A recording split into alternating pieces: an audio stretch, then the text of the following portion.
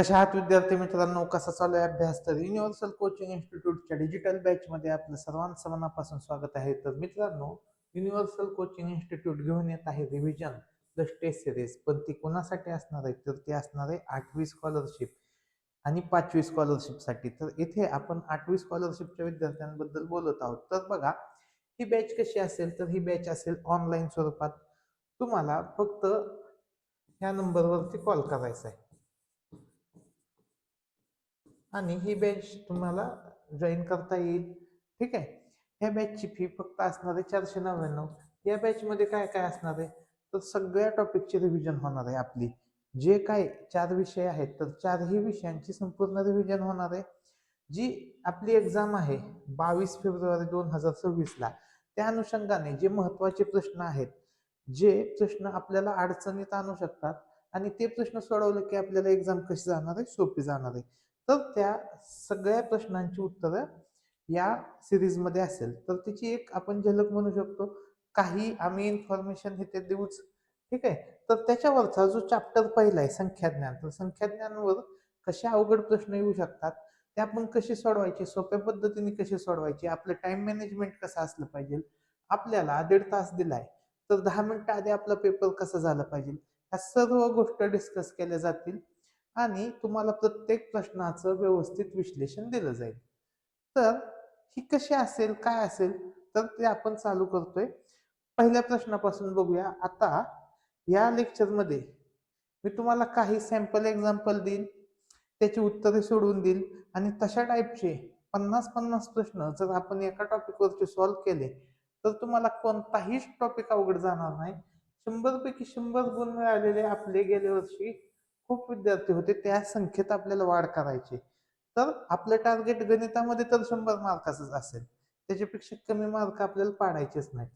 तर बघा, पहिल्या प्रश्नापासून आपण स्टार्ट करूया. बघा, हे काय दिले? ही एक 6 अंकी समसंख्या आहे असून तिला सर्व एक अंकी समसंख्यांनी निश्चेष भाग जातो. सर्व कसल्या संख्यांनी भाग जातो? एक अंकी समसंख्यांनी निश्चेष भाग जातो. चौकोनाच्या जागी एकच अंक आहे तर तिच्या दशक व शतक स्थानच्या अंकांच्या स्थानिक किमतीचा गुणाकार किती? बघा, मला प्रश्न वाचल्या वाचल्या एक फक्त आयडिया येईल की इथं कसे अंक आहे? समान अंक आहे. सगळे अंक समान म्हणजे इथं काय असेल? 2 2 2 2 2 2 किंवा काय असेल? बघा, काय काय येऊ शकतं उत्तर.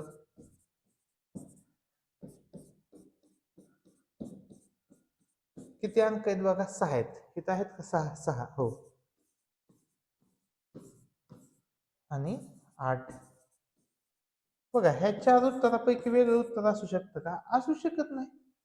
येऊ शकत नाही, कारण ती 6 अंकी समसंख्या आहे. कशी आहे? समसंख्या आहे, 6 अंकी आहे आणि प्रत्येक ठिकाणी अंक कसा आहे? सेम आहे. बघा, सगळ्या ठिकाणी अंक एकच आहे म्हणजे शेवटचा जो अंक आहे तोच आधी पण आहे. मग मला उत्तर काढायचंय दशक स्थानचा आणि शतक स्थानचा. दशक स्थानी 2 आहे, शतक स्थानी 2 आहे. बरोबर. तर इथं उत्तर काय काय येऊ शकतं हे पण आपण चेक केलं पाहिजे. बघा, तर शतक स्थानी, दशक स्थानी, आता साई साई किती असतं? 36 असतं. इथं तो पर्यायच नाही आणि 8 8 64. म्हणजे मला बघता क्षणी काय कळतंय की माझं उत्तर पर्याय क्रमांक 4 तर नसणार आहे. आता कोणतं असेल ते आपल्याला चेक करायचंय. तर ह्या 4 पर्यायामधलं माझं एक कोणता तरी अंक असणार आहे. तर तो कसा शोधावा लागेल? तर ह्या सर्व समसंख्या असून तिला सर्व एक अंकी समसंख्यांनी निश्चेष भाग जातो. आता एक अंकी समसंख्या कोणत्या? 2 4 6 8. ह्या एक अंकी समसंख्या आहेत. आता 2नी सगळ्यालाच भाग जातो, त्याच्यामुळे 2ची कसोटी मी काय पाहणार नाही. आता 4ची कसोटी पाहतोय मी. 4ची कसोटी 4ने शेवटच्या 2 अंकाला भाग जातो का बघायचं. जातो का 22ला भाग? जात नाही. म्हणजे हे उत्तर येईल का माझं? हे तर उत्तर येणारच नाही. 4ने 44ला भाग जातो, 88ला भाग जातो, 66ला भाग जातो का? नाही जात. म्हणजे हे पण माझं उत्तर येणार नाही. इथं कन्फर्म झालं की हे माझं उत्तर येणार नाही. ठीक आहे. म्हणजे 4ची कसोटी चेक झाली त्यावेळेस माझे 2 पर्याय कॅन्सल झाले. आता 6ची कसोटी 6ने जाईल सगळ्याला भाग, कारण की एकच अंक 6 आहे त्याच्यामुळं 6ची कसोटी मी काही चेक करणार नाही. मग राहील 8ची कसोटी. तर 8च्या कसोटीला आपण काय करतो? शेवटचे 3 अंक चेक करतो. तर बघा 444 ला जाईल का 8ने भाग? नाही जाणार. तुम्ही वाटल्यास भाग देऊन बघा. 8 पंचे 40 राहिले किती? 4. 8 पंचे 40 शिल्लक राहते 4. म्हणजे 8ने ह्या संख्येला भाग जात नाही. म्हणजे इथं चौकोनाच्या ठिकाणी अंक कोणता असणार आहे? तर तो असणार आहे 8. 8च असणार आहे. 8 शिवाय दुसरा कोणता अंकच येऊ शकत नाही. त्यांनी दिलेल्या कंडिशन जर सॅटिस्फाय करणारा अंक म्हणला तर तो 8 आहे. मग ह्या अंकामध्ये आपल्याला काय बघायचंय की दशक स्थानी बघा ही समसंख्या असून तर तिच्या दशक स्थानी 8 आहे, त्याची किंमत किती झाली? 80. आणि शतक स्थानी 8 आहे, त्याची किंमत किती झाली? 800. यांचा गुणाकार स्थानिक किमतींचा गुणाकार आहे 0. 3 शून्य येतील 8 8 64 येईल. उत्तर येईल 64,000. ऑप्शन 2 आपल्या प्रश्नाचे उत्तर येईल. एवढा सहज सोप्या पद्धतीने सोडत होता प्रश्न हा. दिसताना खूप अवघड दिसतो, पण आपले लॉजिक कसे पाहिजेत? क्लिअर पाहिजेत. आता हे पण बघूया. बघा आता अशा प्रश्नांची उत्तर तर एकदम सहज निघतात. काही घाबरून जाण्याची गरज नसते. 2 अचूक पर्याय निवडायचे, त्याच्यामुळं उत्तर हे 1 2 3 4 असे 4 पर्याय दिलेत. तर माझं उत्तर 1 आणि 2 कधीच नसणार आहे, कारण की हे दोन्ही पर्याय कसे आहेत? वेगवेगळे आहेत. सारख्या पर्यायाचे माझे उत्तर असणार आहेत 2 पर्याय निवडायचे म्हणल्यावर. मग बघा हे मी काय करून घेतो, अपूर्णांक आहे कसा? पूर्णांकयुक्त अपूर्णांक आहे, तुम्ही अंशाधिक अपूर्णांकामध्ये कन्वर्जन करतो. 5 2 10 4 14 14/5 आणि इथे येईल 12/5. आता मी 5 कडे लक्ष देणार नाही, मी फक्त 14 कडे आणि 12 कडेच लक्ष देणार. आता किती भाग केलेत, काय भाग केलेत, मी त्याच्याकडे लक्ष देत बसणार नाही. आता एल आणि एम मध्ये इथं एल आहे, इथं एम आहे, ह्याच्यामध्ये किती घर आहेत मोजूया. 1 2 3 4 5 6 7 8 9 10 11 12 13 14 15 16 किती घर आहेत त्याच्यामध्ये? 16 आहेत. एपी ए आणि पी मध्ये किती आहेत बघूया. 1 2 3 4 5 6 7 8 9 10 किती आहेत? 10. आणि आय क्यू मध्ये किती आहेत? 1 2 3 4 5 6 7 8 इथं आहेत 14. मग मी काय करणार? 16 अधिक 10 वजा 14. 16 आणि 10 किती? 26. 26 वजा 14 उत्तर किती येईल? 12. म्हणजे 12 वाला माझा ऑप्शन 2 तर करेक्ट आहे. ऑप्शन 2 करेक्ट आहे. आता मला बघायचं की कोणत्या ह्याच्यामध्ये 12चा फरक आहे. मग पहिलं मी बघतो झेड आणि आर मध्ये कितीच फरक आहे बघा. 1 2 3 4 5 6 7 इथे 12चा फरक आहे. माझं उत्तर आलं झेड आर. किती वेळात सुटला बघा प्रश्न. समजावून सांगून जर आपला इतका फास्ट सुटत असेल तर पेपरमध्ये तर त्याच्याहून फास्ट सुटेल. आता एम आर बघूया. एम झेड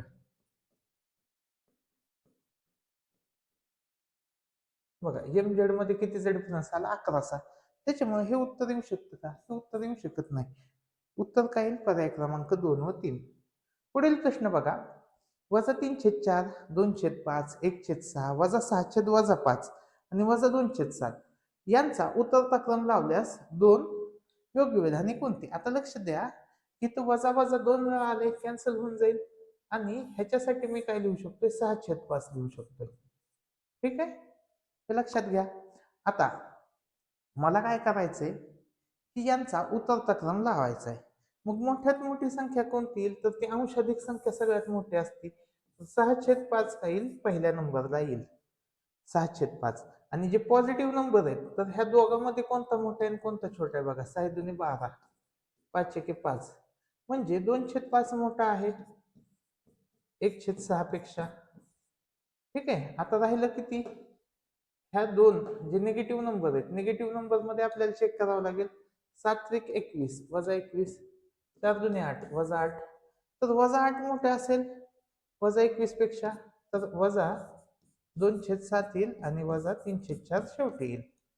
तर हे अशा पद्धतीने आपण क्रम लिहिला. किती सोप्या सहज पद्धतीने क्रम लिहिला, बरोबर. आता मधल्या संख्येची बेरीज व्यस्त संख्या वजा 1/6 असेल, बरोबर आहे. बेरीज व्यस्त संख्या म्हणजे काय? फक्त चिन्ह बदलेल आणि पहिलं ऑप्शन कसं असेल? करेक्ट असेल.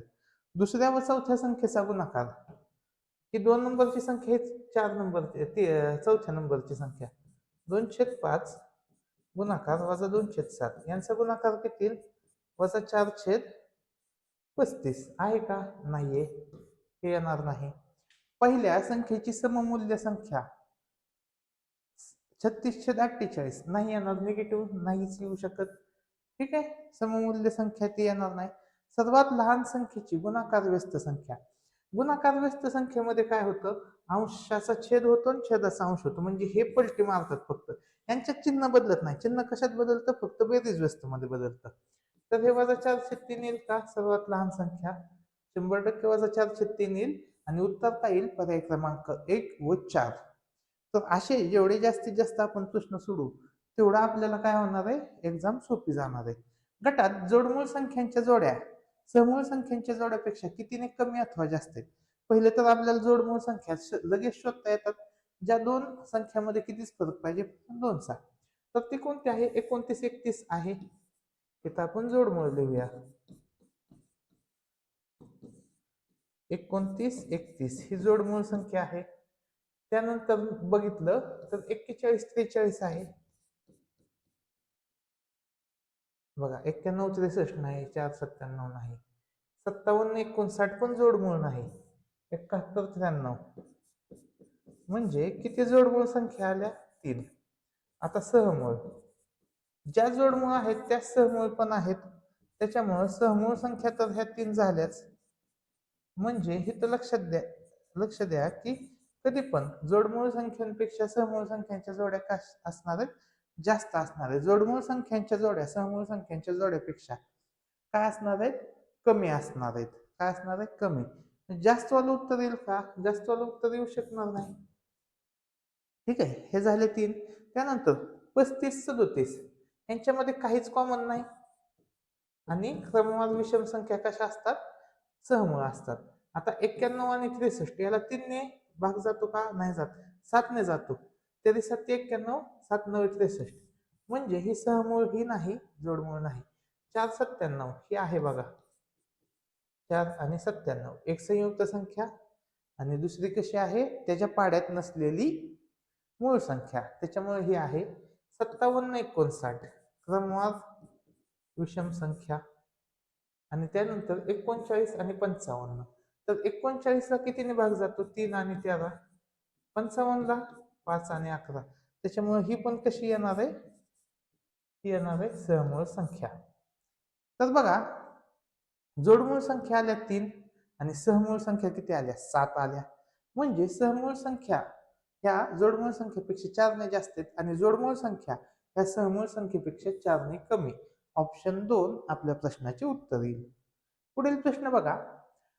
वजा 2.4/20 वजा 14/5 वजा 1.3/5 वजा 2.4/10 24/15 यातील वजा 14/5 ह्या अपूर्णांक संख्या रेषेवर सर्वात डावीकडे येईल.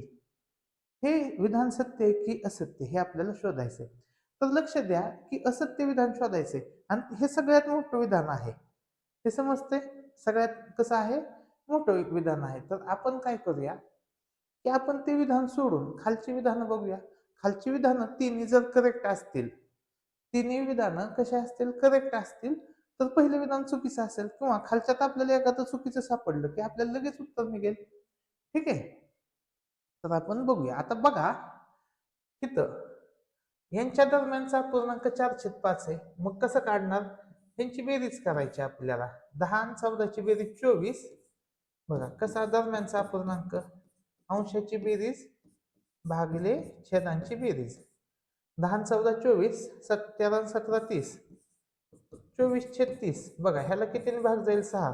6 चोक 24, 6 पंचे 30. म्हणजे हे दरम्यानचा अपूर्णांक हे सत्य विधान आहे. आता पुढचं एक्झाम्पल बघा, हे वजा 0.809 आणि इथं किती आहे? हे वजा 0.81. पुढे काही नाही म्हणजे 810 आहे आणि इथं किती? 820 यांच्यामध्ये आहे. यांच्यामध्ये नाही. हा किती कुठे येईल? किती येईल? आधी येईल. यांच्यामध्ये आहे का? ह्या दोघांच्या मध्ये नाहीये मध्ये. त्याच्यामुळे हे चुकीचं विधान आहे आणि आपल्याला असत्यच विधान विचारले तर उत्तर काय येईल? पर्याय क्रमांक 3 येईल. म्हणजे आपण जे पहिलं एक्झाम्पल आहे, पहिला जो ऑप्शन आहे त्याला वेळ जाईल म्हणून आपण काय केलं की ते सोडवलं नाही, आपण फक्त 3 ऑप्शन चेक केले, 3 मधले पण 2 ऑप्शन मध्येच आपल्याला उत्तर आलं. ठीक आहे. तर इथं आपला काय होतोय की टाइम रिड्यूस होतोय. टाइम तुमचा कमीत कमी लागणार आहे प्रश्न सोडवण्यासाठी. आता पुढचा प्रश्न बघूया आपण. ज्या संख्येचे दशांश रूप अखंड आवर्ती असते, अखंड पण आहे, आवर्ती पण आहे. माग मी काय सांगितले, कधी पण वास्तव संख्या हे उत्तर येतच. 4 पर्यायामध्ये वास्तव संख्या असेल तर बिनधास्त उत्तर लिहून यायचं वास्तव संख्या. दुसरी गोष्ट, कसं रूप आहे, अखंड आणि आवर्ती. हे तर महत्वाचा शब्द काय, आवर्ती. आवर्ती असेल तर परिमेय संख्या, अनावर्ती असेल तर अपरिमेय संख्या. याचं उत्तर काय येईल, 2 व 4. पुढील प्रश्न बघूया. 71 ते 80 पर्यंतच्या मूळ संख्यांची बेरीज व संयुक्त संख्यांची बेरीज यातील फरकास खालीलपैकी कोणत्या संख्यांनी निश्चेष भाग जातो? आता ऑप्शन आहे अ ब अ ड, अ व ब, अ ब ड, ब क ड. आता बघा, इलिमिनेशन मेथड वापरूया आपण थोडक्यात. तर बघा, ज्या संख्येला 9 ने भाग जाईल त्या संख्येला 3 ने पण भाग जाईल, हे उघड आहे. म्हणजे अ सोबत दुसरा पर्याय कोणता आला पाहिजे, ब आला पाहिजे. अ येत असेल तर ब येणार आहे, म्हणजे माझं पहिलं तर उत्तर येणार नाही. ऑप्शन 1 माझं कधीच येऊ शकत नाही, हे ध्यानात घ्या, कधीच येऊ शकत नाही. ठीक आहे. दुसरी गोष्ट, आता यामध्ये ब सेपरेट येऊ शकतो, हे लक्षात घ्या. ब सेपरेट येऊ शकतो. ज्या संख्येला 3 ने भाग जातो त्या संख्येला काय 9 ने भाग जात नाही. म्हणजे इथं मला बेनिफिट काय मिळाला की माझा एक ऑप्शन तर इलिमिनेट झाला. आता मी प्रश्न सोडवण्याकडे लक्ष देईल. तर बघा, 71 पासून 80 पर्यंत किती मूळ संख्या आहेत? 71 आहे, 73 आहे, 79 आहे. आणि संयुक्त संख्या कोणत्या आहेत? 72, 74, 75, 76, 77, 78 आणि 80. आता यामधला मला काय काढायचा आहे? फरक काढायचा आहे. मग मी दोघांची बेरीज करून फरक काढत बसणार का? नाही. मी काय करणार, ह्या 72 मधून 71 वजा करणार, इथं मला मिळेल 1. 74 मधून 73 वजा करणार, इथं मिळणार मला 1. 80 मधून 79 वजा करणार, इथं मला मिळणार 1. ठीक आहे. सेपरेट बेरीज नाही करत बसणार मी. म्हणजे ह्याच्यातले किती अंक उरले? ह्याच्यातले कमी झाले 3 अंक. आता मला फक्त ह्या 4 अंकांची बेरीज करायची, त्यामध्ये 3 मिसळायचे. बघा, 75, 76, 77, 78 अधिक किती येईल? 3. किती सोपं झालं, सोपं झालं. मग आता सॉल्व्ह करूया आपण. 5 आणि 6 11, 11 आणि 7 18, 18 आणि 8, 18 अधिक 8 किती? 26 आणि 3 29. ठीक आहे. पुढे 7 चोक 28, 28 आणि 2 30. म्हणजे या संख्येला 309 हे फरक येईल. फरक किती येईल? 309. यांच्यातील फरक आला 309. 309 ला 309 ने भाग जातो. ठीक आहे. 309 हे 3 च्या पटीत आहे. 309 हे 9 च्या पटीत आहे का? नाही. म्हणजे अ असलेले सगळे पर्याय एलिमिनेट होतील. अ असलेले सगळे पर्याय एलिमिनेट होतील. म्हणजे माझं उत्तर काय आलं? ब कडं. उत्तर आलं ब कडं. ड नाही चेक केला चालतोय, कारण 103 ची तिप्पट असते 309, पण ते नाही चेक केलं तरी माझं उत्तर काय आलं? पर्याय क्रमांक 4. एवढं सोपा प्रश्न होता. आता पुढे बघूया. 210 ला सर्व एक अंकी संख्यांनी निश्चेष भाग जातो. आता सगळ्या एक अंकी संख्या बघूया आपण. एक अंकी संख्या कोणत्या कोणत्या आहेत? योग्य पर्याय निवडायचा आहे आपल्याला. 1, 2, 3, 4, 5, 6, 7, 8, 9. मग मी उलटून बघतो. 9 ने 9 ने भाग जातो का 210 ला? नाही जात. म्हणजे अविधान चुकीचं आहे. अविधान कसं आहे? चुकीचं आहे. मग बघा, 210 ला सर्व एक अंकी संख्यांनी निश्चित भाग जातो, जातच नाही. म्हणजे अ वाला पर्याय एलिमिनेट झाला आणि माझं उत्तर आलं कड. उत्तर काय आलं? डायरेक्ट माझं उत्तर कड आलं. कारण की मी काय करतो इथं, मी बाकीचे ऑप्शनच चेक केले नाही. अ इलिमिनेट झाला, अ कॅन्सल केला मी. अ वालं उत्तर नसणार आहे माझं. अ वालं उत्तर नसणार आहे. मग अ वाले किती पर्याय आहेत? 3 आहेत. माझं उत्तर आलं कड. किती कष्ट कमी होत आहेत बघा. थोडस आपल्याला विचार करून सोडवावं लागेल. 8 ने पण भाग जात नाही 210 ला. जातच नाही. 4 ने पण भाग जात नाही. म्हणजे इथंच आपलं उत्तर येत होतं की. बघा, सगळे पर्याय सुद्धा आपल्याला चेक करत बसावे लागत नाहीत. हाच असतो स्मार्ट विचार. आता 400 चे सर्व विभाजक 800 चे पण सर्व विभाजकच असतील असे नाही. 400चे सर्व विभाजक हे 800चे विभाजक आहेतच, कारण की 400 हे 800च्या पटीत आहे. ते सॉरी 800चा एक विभाजक 400च आहे, त्याच्यामुळं ते असणारच आहे. त्याच्यामुळं ब हे विधान चुकीचं झालं.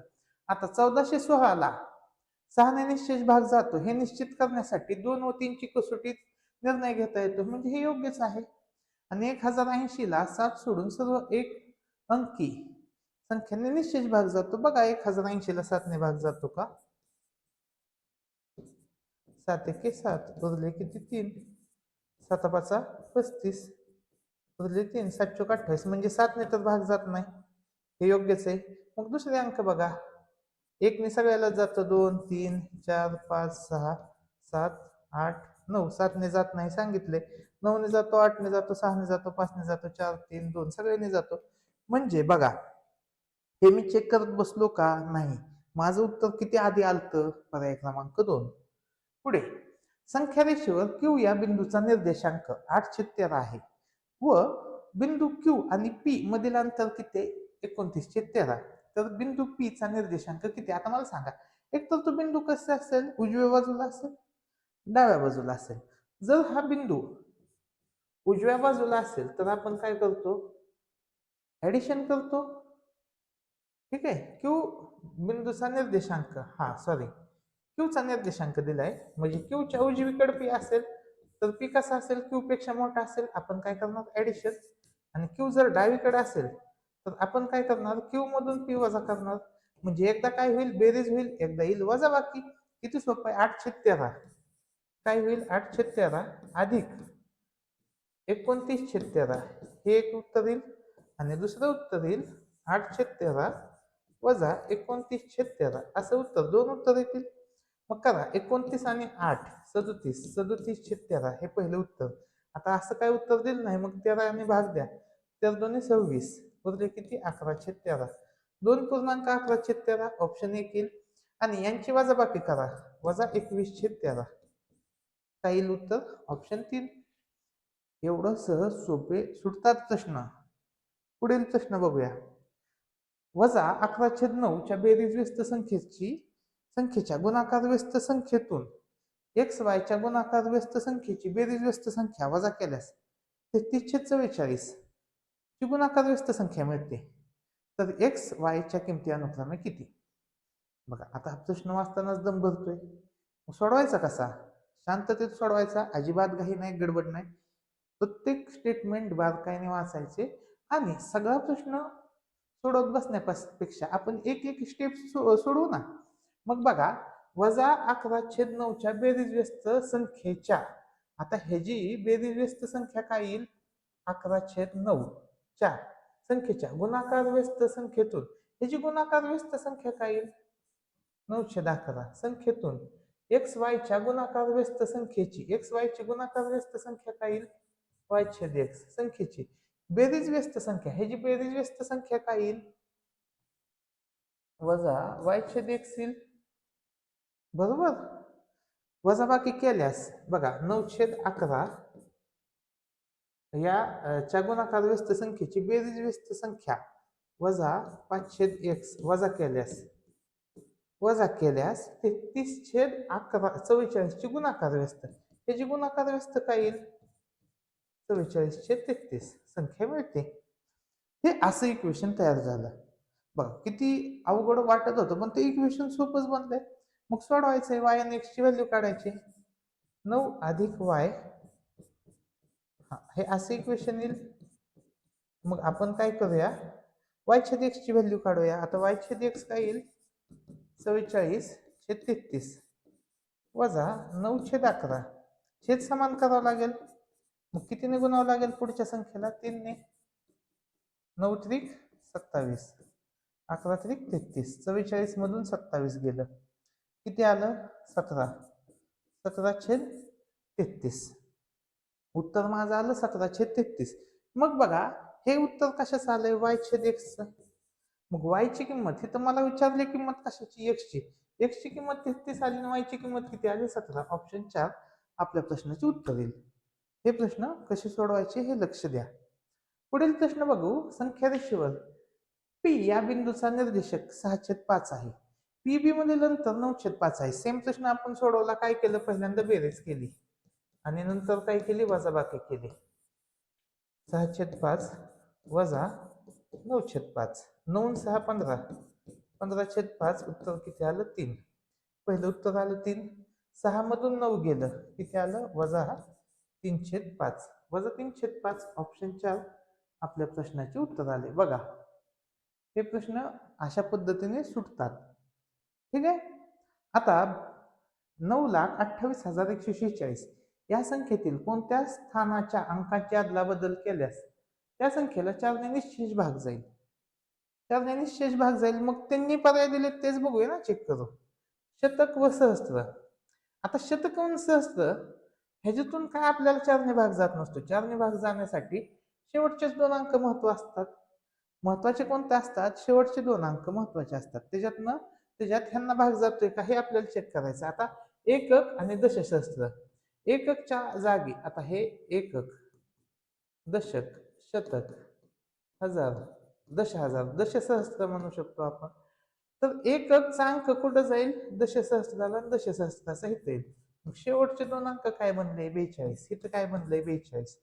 शेवटचे 2 अंक 42 आहे. इथं काय आहेत? 46 आहेत. ह्याच्यात काय बदल होणार नाही. दशक आणि शतक. आता दशक आणि शतकचा अंक जर बदलला तर इथं 1 येईल, इथं 4 जाईल. दशक आणि शतक म्हणजे इथं अंक काय बनेल? शेवटचा 16. आणि एकक व सहस्त्र. सहस्त्र बघा, इथं काय येईल? 4 आणि 8. मग मला सांगा, खालील कोणत्या पर्यायाला 4 ने भाग जातो? 46 ला जातो का? नाही. 42 ला नाही. 16 ला जातो, 48 ला जातो. पर्याय 3 व 4 आपल्या प्रश्नाचे उत्तर येईल. आणि हा शेवटचा प्रश्न असेल आणि ही शेवटचा आपली जी सिरीज घेणार आहे तर त्याच्यामधले हे नमुना प्रश्नातला शेवट आहे. पण आपण जी खरीच ऑनलाईन सिरीज घेणार आहे त्यामध्ये असे भरमसाठ प्रश्न दिले जातील. खूप साऱ्या प्रश्नांची तुमची प्रॅक्टिस करून घेतली जाईल, जेणेकरून काय होईल की तुम्हाला जी परीक्षा आहे त्याची भीती निघून जाईल. पहिली तर गोष्ट, तुम्हाला गणित ह्या विषयाचीच भीती वाटणार नाही. आउट ऑफ मार्क तुम्ही पाडू शकाल. एवढा हा सोपा जाईल घटक तुम्हाला, हे लक्षात घ्या. आणि तुम्ही सहज स्कॉलरशिप धारक बनू शकाल. तुमचं राज्यात नाव येऊ शकतं, जिल्ह्याच्या यादीत येऊ शकतं, तालुका यादीत येऊ शकतं. तर त्याच्यासाठी थोडा प्रयत्न तुम्हीही केला पाहिजे. तर ही आम्ही तुम्हाला मदत करूयाच. तर ही ऑनलाईन सिरीज जी बॅच आहे आपली ती तुम्ही सहज लावू शकता. मगाशी आपण जो नंबर सांगितला या नंबरवरती कॉल करून तुम्ही आपली सिरीज जॉईन करू शकता. यावरती तुम्हाला आपली जी ऑनलाईन सिरीज असणार आहे, टेस्ट सिरीज प्लस रिव्हिजन बॅचची सिरीज, तर त्या या नंबरवरती तुम्हाला टाइम कधी असेल, काय असेल, या सगळ्या गोष्टी डिस्कस केल्या जातील. ठीक आहे. शेवटचा प्रश्न बघूया. बघा, एका अपूर्णांकाचा छेद 20 ने कमी केला व अंश 25 ने वाढवला तर तो अपूर्णांक 5/3च्या 2/4 पट होतो. तर त्या मूळ अपूर्णांकाचा सममूल्य अपूर्णांक कोणता? आता काढायचा आपल्याला सममूल्य अपूर्णांक. ठीक आहे. स्टेप वाईज जाऊ. बघा, एक अपूर्णांक x/y पकडूया आपण. त्याचा छेद 20% कमी केला, बरोबर. म्हणजे किती झाला? 0.80 झाला तो. 0.80x झाला, सॉरी 0.80y झाला. आणि अंश 25 ने वाढवला. म्हणजे जर असं पकडूया आपण 100 काय पकडूया आपण 100x हे 100y असा तो अपूर्णांक आहे, असा आपण पकडूया. त्याचा छेद 20 ने कमी केला, छेद किती होईल? 80y. अंश 25 ने वाढवला, 125x. तर तो अपूर्णांक काय बनतोय? 5/3च्या 5/3च्या 2/4 पट होतो. ठीक आहे. असा गुणाकार येईल. मग सोडवा. x आणि y ची किंमत निघेल. यामध्ये डायरेक्ट x y ची किंमत निघेल. मग बघा, बे 2 4 आणि हे पलीकडे जाईल. x/y ॲज इट इज राहील. 5/6 येईल. 80 वरती येईल. 125 भागाकारात येईल. 125. ठीक आहे. 5 ने भाग जाईल. 25 5 1600. इथं कितीने भाग जाईल? 2 ने भाग जाईल.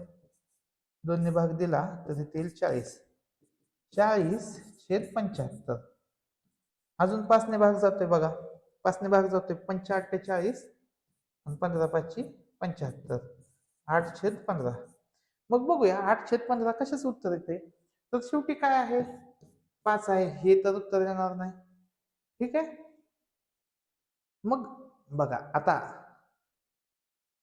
भागच देऊया आपण. बघा ह्याच्यामध्ये काय कॉमन आहे, 4 आणि 5 9, आणि ह्याच्यामध्ये 3ने भाग जाईल. 3ने जर भाग दिला, 3 × 18, 3 × 12. 3ने जर भाग दिला, 4×3 = 39, 135 येईल. 64/135. परत ह्याला कोणत्या कॉमन संख्येने भाग जात नाही. इथं हा संपला. आता पुढचा बघूया. 8 ह्याला कितीने भाग जाईल, 5ने भाग जाईल. 5ने भाग दिला तर इथे येईल 56, आणि इथं किती येईल 105. आता 56 आणि 105 मध्ये कॉमन काहीच दिसत नाही. ठीक आहे. पुढचा अंक बघूया, 168 आणि 8 आणि 6 14, 14 आणि 1 15. ठीक आहे. ह्याला कितीने भाग जाईल, 3ने तर भाग जाईल. 3ने जर भाग दिला, 3ने भाग दिला तर इथे येईल 135. 3ने भाग दिला, 3 × 5 = 15, 3 × 6 = 18, 56/135. आता याला 7ने भाग जाईल. 7 × 8 = 56, आणि 7ने भाग दिला, बघा 7ने भाग दिला तर किती येईल बघा. 7ने ह्याला भागच जात नाही. इथं बघूया 2 नंबरला, इथं 7 × 8 = 56 आणि 15 × 7 = 5 कुठं आलं उत्तर, ऑप्शन 2 आपल्या प्रश्नाचे उत्तर आले. ठीक आहे. त्याचं संक्षिप्त रूप आपण काढू शकलो. तर अशा पद्धतीने हे असे जे डिफिकल्ट वाटतात प्रश्न, याची खूप सारी तयारी करून घेतली जाईल आणि तुम्हाला शेवटपर्यंत मार्गदर्शन प्रोव्हाइड केले जाईल. तर हा व्हिडिओ कसा वाटला हे मला कमेंट सेक्शन मध्ये सांगा. हे अशी व्हिडिओ सिरीज चालू ठेवायची का, हेही कमेंट सेक्शन मध्ये सांगा. व्हिडिओ आवडल्यास नक्की लाईक करा. तुम्ही कोणत्या गावातून, कोणत्या शाळेतून हा व्हिडिओ पाहताय हेही कमेंट सेक्शन मध्ये सांगा. व्हिडिओ शेवटपर्यंत बघितल्याबद्दल धन्यवाद.